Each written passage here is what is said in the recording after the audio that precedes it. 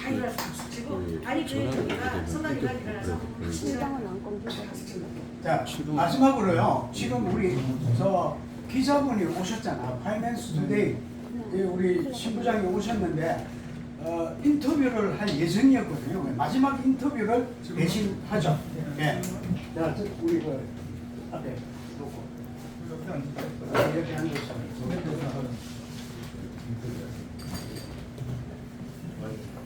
굉장히 분위기가 너무 좋네요. 좀 쉴까요? 아니요, 지금 그거 잘 잡았고요. 두 분만? 네. 네. 나중에 또 유튜브에도 올릴 수 있습니다. 네. 역시 방송을 안 한 분들이어서 방송 현장을 잘 정리해 주시네. 방송을 안 하는 분들이.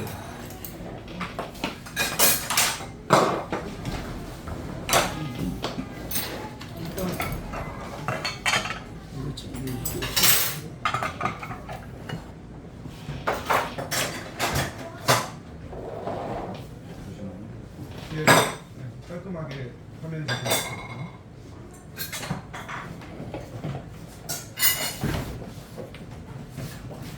안녕하십니까. 파이낸스 데이 신선대 기자입니다. 예, 반갑습니다. 네, 또 이렇게 만나뵙게 영광이고요. 모두 이렇게 오늘 자리 모였는데 이 차의 취지에 대해서 한 말씀 부탁드리겠습니다. 잘 아시는 것처럼 유튜브 방송이 진실, 팩트를 알리는데 굉장히 큰 공헌을 했어요. 네.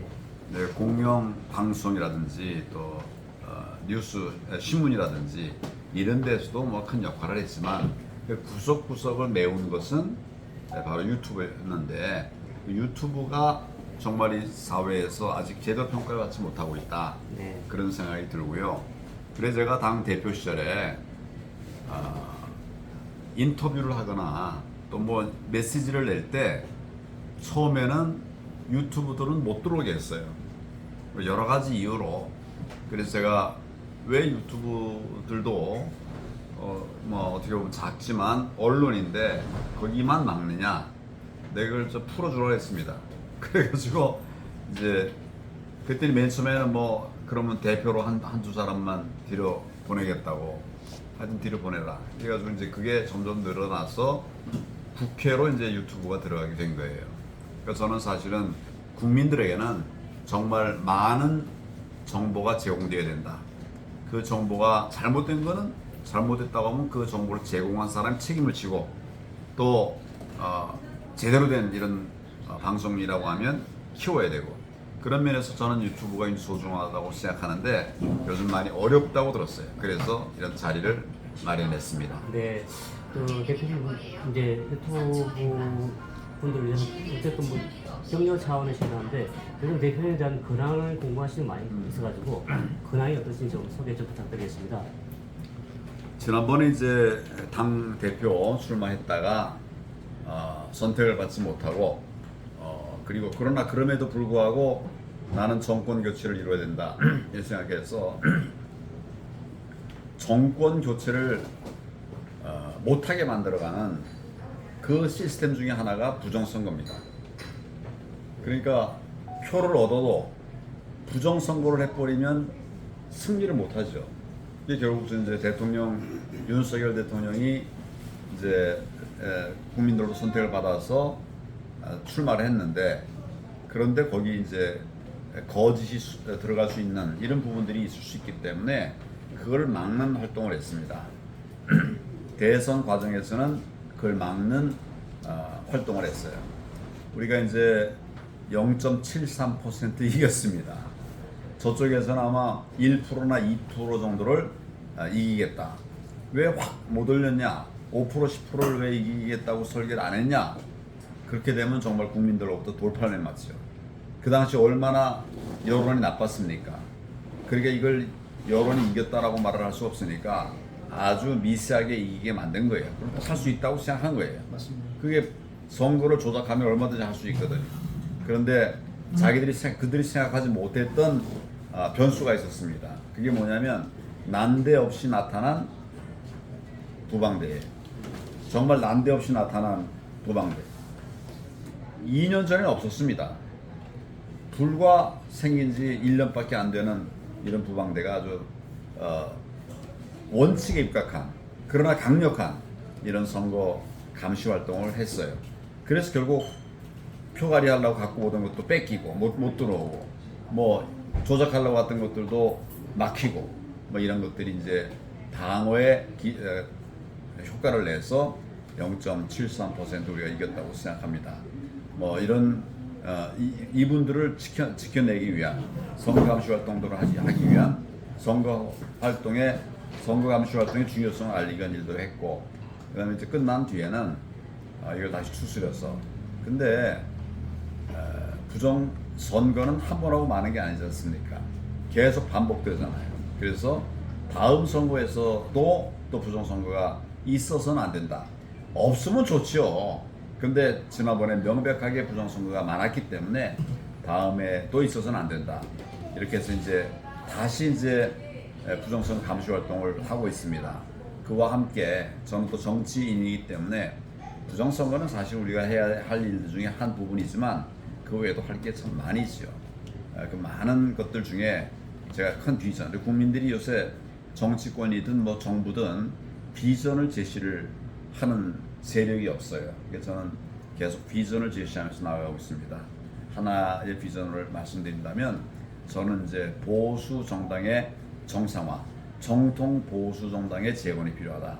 그런 얘기를 계속 하고 있고, 그 다음에 좌파는 싸움을 잘하는데 우리는 싸움을 못하고 말만 가지고 간다는 말이죠. 그래서 싸워 이기는 정당, 그렇게 해서 국민을 시원하게 만드는 정당, 국민 시원 정당을 만들겠다 이런 얘기를 하고 있고, 이런 그 힘들이 다 모여져서 정말 국민들의 선택을 받아서 우리가 집권하되 이어서 집권을 해야 된다. 저는 정권 한 번만 뺏기면 우리나라는 사회주의로 간다 이런 생각을 합니다. 생각이 아니라 그건 뭐 명확한 얘기예요. 우리가 문재인 정부 보니까 거의 이 멀쩡한 자유민주주의를 70% 가까이 이렇게 좌파의 사회주의 국가로 만들어 버렸거든요. 한 번 더 뺏기면 그냥 넘어가는 거예요. 이걸 막아내기 위해서 30년 자유민주 정권을 창출해 나가야 된다. 다 모아서 우리 초일 정상국가를 만들어 가야 된다. 요즘은 제가 통일 얘기를 하고 있어요. 우리가 잊고 있었는데 통일이라고 하는 것은 정말 대한민국을 살릴 수 있는, 그냥 되는 것이 아니라 대한민국을 살릴 수 있는 이런 아젠다이기 때문에 저는 그런 국민들을 향한 계속 큰 아젠다를 던지고 있고, 어떤 분은 그래요. 그러면 표 안 된다. 표 되고 안 되고의 문제가 중요한 게 아니고, 저는 뭐 할 일 다 해본 사람이죠. 지금 내 목표는 대한민국을 대한민국답게 만드는 것. 그래서 그것을 위해서 노력을 하고 있습니다. 그 통일에 대해 말씀하신 건데,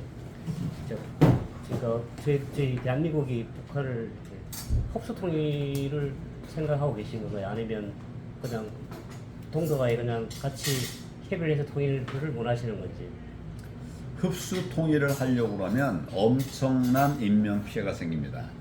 근데 우리가 기억해야 될 것은 북한에 사는 북한 주민들도 우리 국민입니다. 통일한다고 해서 흡수 통일한다고 해서 이런 결국 그렇게 되면 이제 북한 정권에서 뭐 별별 다 할 거 아닙니까? 무기 쓰고 폭탄 쓰고 그러면 결국 희생자가 많아지는 거죠. 이런 것은 우리가 바라는 통일이 아니죠. 저는 평화 통일을 원합니다. 평화 통일이 된 나라가 있잖아요. 있지 않습니까? 분단됐다가 평화 통일된 나라가 있잖아요. 독일이 있잖아요. 근데 그런 모델을 염두에 두되 독일은 사실은 지금까지도 통일 비용 때문에 고생을 많이 하고 있어요. 그것이 아닌 다 북한도 잘 되고 우리도 통일만 되면 북한도 잘 되고 우리도 잘 되게 할 수 있는 이런 방법들을 좀 찾고 있습니다. 그게 박근혜 정부 때 제시됐던 통일 대박론이에요. 통일 대박.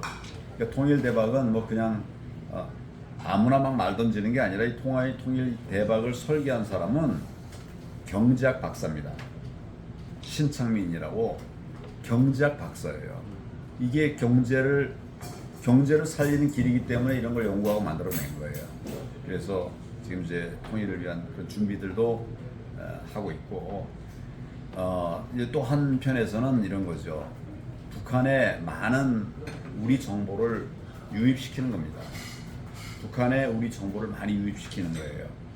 그래서 전에 우리 박근혜 정부에서는 뭡니까 이거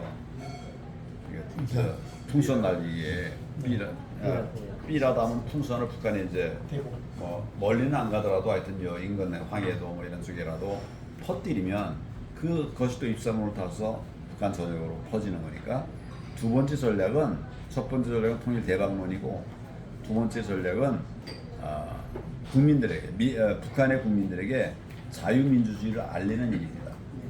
그 방법들은 뭐 다양하게 이제 옛날에는 이 풍선 띄워서 했지만 이제는 뭐 저쪽도 그 스마트폰 가진 분도 많고 뭐 그래요. 그래서 그걸 좀 정보를 차단시켜 놓고 있지 말고 뚫고 전하는 방법도 있을 겁니다.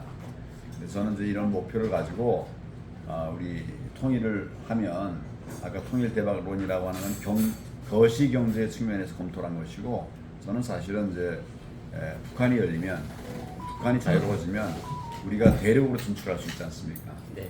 지금 우리 대륙이 막혀 있죠. 그리고 그 대륙을 통해서 뭐 유럽까지도 바로 연결될 수 있고 둘째는 그 북한의 많은 자원들 우리 같이 공동 개발해 가지고 윈윈할 수가 있고 또 북한에 있는 2,700만인가요? 그 북한 주민들이 굉장히 우수한 인적 자원들입니다. 지금 우리가 인적 자원이 부족한 지위 좀 그렇게 탁월하지 않은 분들까지 다 모셔가지고 하고 있는데 정말 대한민국 그렇게 되면 인적 자원의 나라가 될 수 있으니까 하여튼 이런 것들을 통해서 네. 통일을 만들어가겠다. 네, 감사합니다. 요즘에 이제 선관위에 관해가지고 선관위에 대해서 감사원이 감사를 하고 그리고 국정 조사를 한다는 이런 분위기가 있는데 여기에 대해서 좀 대표님 생각을 좀 듣고 싶습니다. 예, 뭐 감사를 해야죠. 그것도 좀 사실은 늦었습니다. 늦었어요. 근데 저는 그보다 더 중요한 것은 지금 감사에서 찾을 수 있는 것보다 더 많은 정보들 이거를 국정원이 찾을 수 있습니다. 내가 알기로는 국정원이 이미 많은 정보를 가지고 있어요. 그렇기 때문에 그런데 그런 선관위원회에 대해서 북한에서 해킹을 통해서 많은 자료를 가져간 걸로 추정이 됩니다. 그런 상태가 아니냐? 그럼 우리의 인적사항이 다 북한에 넘어간 거예요. 그런 상태가 아니냐? 그래서 이제 국정원이 보안 점검을 하겠다 이렇게 하는 건데 이걸 막고 있지 않습니까?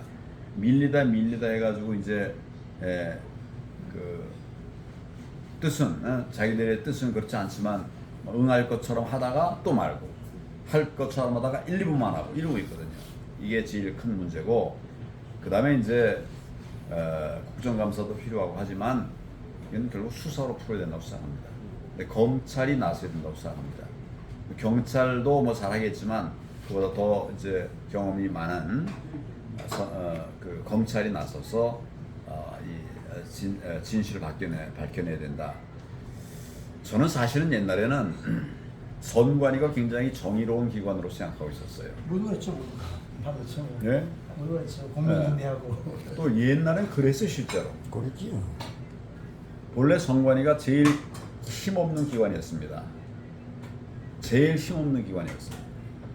근데 이게 점점 힘이 생기면서 부처도 넓히고 뭐 법안 관리도 하고 옛날에는 뭐 저 선거법 개정하려고 선거 끝나고 나면 항상 선거법 개정을 했습니다. 개정을 했는데 선관위가 계속 국회 다니면서 사정했어요. 요거 좀 해달라, 저거 좀 해달라. 그 선관위는 뭐 저 국회는 배짱 부리면서가 안 해주고 선관위가 개정안 내면 내 기억으로는 거의 뭐 3분의 1도 안 받아들여요. 그 정도로 힘이 없는 곳이 선관위였습니다. 근데 이제 선거가 객관화되고 자주이 벌려지고 그렇게 되니까 선관위가 힘이 생긴 거예요. 그러니까 막 갑질도 하고 막 그렇게 되는데 문제는 그동안 오랫동안 잘 훈련되고 정제된 그런 사람들이 쓰던 권한을 그런 훈련이 덜 된 선관위가 쓰다 보니까 막 무리하게 되는 겁니다. 그래서 우선은 공정하지 않은 선거 관리가 공정하지 않고 또 둘째는 뭐 우리 요새 이제 언론에 많이 나오는 것처럼 자기 아들 딸들 아빠 찬스 만들어서 들어가게 하고 돈 함부로 막 쓰고 뭐 성관이가 쓰는 돈이 지금 엄청납니다. 예, 엄청 안 쓰. 내가 볼 때는 안 써도 되는 이런 돈들을 막 써요. 뭐 예를 들면 작은 예를 한번 들겠습니다. 지난번 지방선거 때로 기억되네요. 지방선거 때 참관인 수당이 2배로 늘었어요. 그거 아시나요? 네. 참관인 수당이 2배로 늘었어요. 7만 원 받던 게 5만 원 가까이 네. 그렇게 늘어버렸어요. 그 왜 그랬을까요? 우리가 이거 영향이 클 겁니다. 우리가 선거 감시 활동을 부정선거 감시 활동을 세게 했거든요. 그러니까 참관인들이 이제 밀릴 수가 있는 거예요. 잘못하면 질 수가 있어요. 지원을 많이 받기 그러니까 위해서. 이 사람들에게 지원을 많이 2배를 해준 거예요. 그래서 참관 활동을 또 무력화하고 우리가 못 들어가게 하는 거예요. 훈련된 부방대원들이 못 들어가게. 왜냐하면 다 잘 차지하고 있으니까. 옛날엔 양보도 하고 그랬었는데 이게 하루 일해 갖고 7만 원이 아니라 뭐 15만 원 되니까 그냥 이렇게 못된 짓을 하는 것이 바로 선관위예요. 저는 선관위가 몰라서 부정선거를 조장했다 생각하지 않습니다. 지금은 알면서도 그렇게 한 거예요. 그래야 자기의 힘이 생기니까. 그래서 저는 그래서 이제는 선관위를 해체해라. 네, 그런 말을 하고 있는 겁니다. 이건 그 고쳐서 될 일 아닙니다. 그 최근 그 중국 이제 대사의 발언을 인해 가지고 그러니까 중국 예가 좀 오만불순하다 이런 얘기들이 나오고 있거든요. 여기에 대해서 우리가 어떻게 대응해야 될지 그 대표님 한 말씀 부탁드리겠습니다. 중국은 바로 우리가 인접한 나라고 대국입니다. 뭐 지금 14억인가요? 그래서 경제, 안보 이런 여러 영역에서 같이 가면 좋은 나라예요. 근데 이게 시진핑이 이제 주석이 되면서 전에는 사실은 시장 경제 활용을 했었거든요. 중국이 시장 경제를 활용했던 것이 이제 93년, 4년, 90년대 중반일 거예요. 그러고 나서부터 중국이 경제가 살아났습니다. 이게 또 어떻게 보면 시장 경제의 우월성을 나타나게 된 거예요. 제가 91년도에 중국에 갔는데 막 중국 너무 못 살았어요. 정말 길거리에 만나는 누구도 영어 한마디 못하고 정말 미개한 나라였다 이런 느낌이 들 정도로 그런 나라였는데 97년도에 가보니까 탁 바뀌었더라고 많이.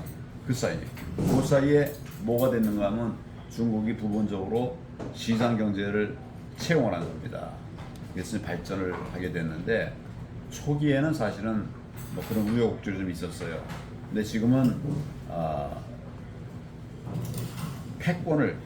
국제적인 패권을 찾아내면서 특히 시진핑이 나는 무도해졌다고 생각합니다. 하지 않아야 될 일을 하고 있고 강자의 위세를 부리면서 약자들에게 대만을 침범하니 어쩌니 뭐 이런 얘기까지 하고 있으니까 저는 이제는 중국에 대해서 투트랙으로 대응해야 된다고 생각합니다. 중국 국민에 대해서는 정말 협력을 하고 경제도 문화도 뭐 여러 가지 영역에서 협력을 하고 함께하고 교류. 근데 중국 당국, 중국의 시진핑과 뜻을 같이 하는 이 당국에 대해서는 잘하는 것은 물론 지금 그럼에도 불구하고 응원해야 되지만은 잘못된 부분에 대해서는 우리 단호하게 대처를 해야 된다 그런 생각입니다. 네, 지금 이제 윤석열 정부가 이제 1년 정도 지났는데 전반적인 국정 운영에 대해서 어떤 뭐 방식 내지는 이런 것에 대해서 운영 방식에 대해서 좀 말씀해 주실 수 있다면. 지금 이제 1년 막 지났죠. 근데 좀 정부가 좀 바뀌고 있지 않습니까? 어쨌거나 문재인 정권과는 완전히 달라졌죠. 우선 이제 경제를 챙기고 있고 안보를 챙기고 있고 국제 관계가 확 달라지고 있지 않습니까? 내가 2001년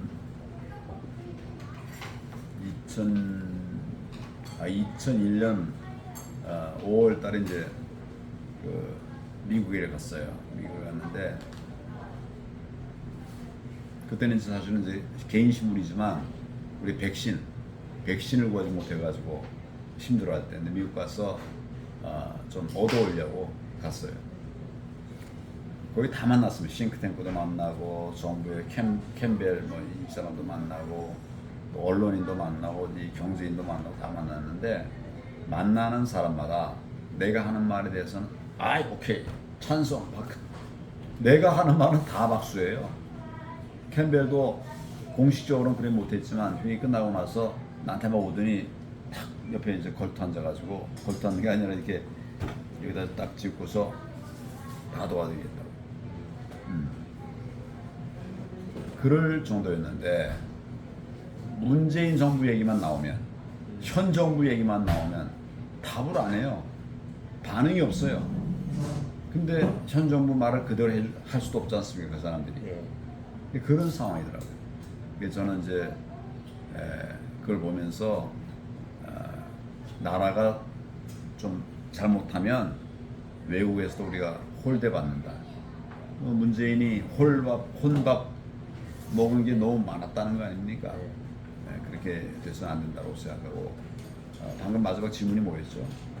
그 이제 특정 운영에 대한 훈수 좋은 한마디 좀. 네. 그래. 그래서 나는 우선 잘하고 있다 이런 생각하고 다 잘하는 정치는 없습니다. 그러니까 잘하는 걸 잘하게 해야 돼요. 경험이 없고 못하는 걸 자꾸 하려고 사고 왔어요. 잘하는 걸 잘하고 그 장관들 뭐 합니까? 그 사람들이 대통령의 부족함을 메워서 채워야죠. 그게 정부죠. 앞으로 하여튼 나는 윤석열 정부가 잘하는 부분은 응원하고 아마 정치인 중에 내가 제일 먼저 메시지를 냈을 거예요. 윤석열 대통령을 응원한다. 뭐 이런 메시지를 먼저 냈을 거예요. 그 다음에 잘못하는 부분도 있겠죠. 뭐 이런 것은 뭐 제가 뭐 지금 청와대 안에도 사실 뭐 아는 사람도 많지만 뭐 만나서 얘기하지 않아도 막 이렇게 유튜브 통해서 얘기하고 언론을 통해서 얘기해도 다 전달이 되리라고 생각합니다. 네. 잘하는 부분은 나는 계속 키워가야 된다. 그리고 부족한 부분. 대통령이 지금 뭐 6개월 만에 대통령이 됐습니까? 잘 이렇게 여러 각 분야를 경험할 시간은 없었죠. 그건 그대로 인정을 하고 그건 도와주면 되는 거예요. 국민이 뭐하냐고 26명이 그렇게 해서 앞으로 잘 나가도록 하고 나도 적극적으로 윤석열 정부의 성공을 위해서 노력을 하겠습니다. 네. 그 이제 향후 행보에 대해서 이제 국민들이 궁금하시는 분들이 많더라고요. 근데 앞으로 어떤 행보 어떻게 될지 좀 말씀 좀 부탁드리겠습니다. 그러니까 보통 이제 정치인들은 자기의 행보에 대해서 관심이 많고 언론도 마찬가지죠. 네. 정치인의 행보에 대해서 관심이 많은데 저는 사실은 우리나라에 꼭 필요한 일 그게 뭐가 됐든 우리나라에 꼭 필요한 일이 있다면 그걸 하려고 합니다. 전에보다는 좀 정치가 커지게 된 것 같긴 해요. 그래서 큰 정치를 위한 준비도 하고 또 기회를 만들어가기도 하고 그렇게 하겠다는 말씀을 드립니다. 네. 오늘 이렇게 또 귀한 자리에 마련해 주시고 또 이렇게 인터뷰 보내주셔서 너무 감사합니다. 예, 고맙습니다. 수고하셨습니다. 네. 저희 사진 같이 하지 않을게 요 그럴까요? 자, 앉아서 찍고 서서 찍고. 예. 자, 서서도 한번 찍읍시다, 여러분. 선물하시죠.